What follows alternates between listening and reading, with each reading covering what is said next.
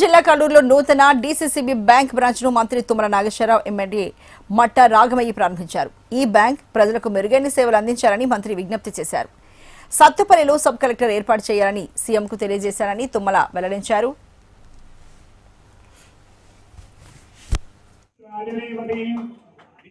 కావాలంటే రైతు సుభిక్షంగా ఉండాలి, రైతు సంతోషంగా ఉండాలి.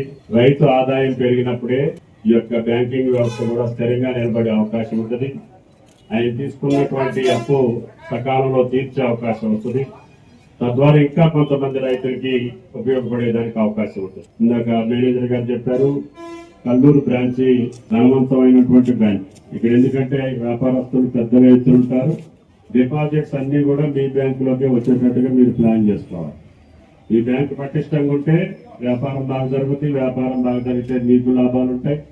అదేవిధంగా రైతులకు కూడా సౌకర్యవంతమైనటువంటి సేవలు అందించేదానికి అవకాశం ఉంటుంది. కాబట్టి సహకార బ్యాంకుని అందరి సహకారంతో, ఇది రైతుల బ్యాంకు కాబట్టి రైతులు దాన్ని పరిరక్షించుకొని తీసుకున్నటువంటి వాళ్ళందరూ కూడా సకాలంలో చెల్లించి మళ్ళీ పెద్ద మొత్తంలో మీకు లోన్ సౌకర్యం వచ్చేటట్టుగా మీరు ఏర్పాటు చేసుకోవాలని చెప్పి మీ అందరికీ విజ్ఞప్తి చేస్తున్నాం. కల్లూరు మండలానికి ముఖ్యంగా గత సత్తుపల్లి నియోజకవర్గం కాబట్టి నాకు అందరితో అనుబంధం ఉంది. అన్ని పనులు చేసే అవకాశం కూడా నాకు ఇచ్చారు.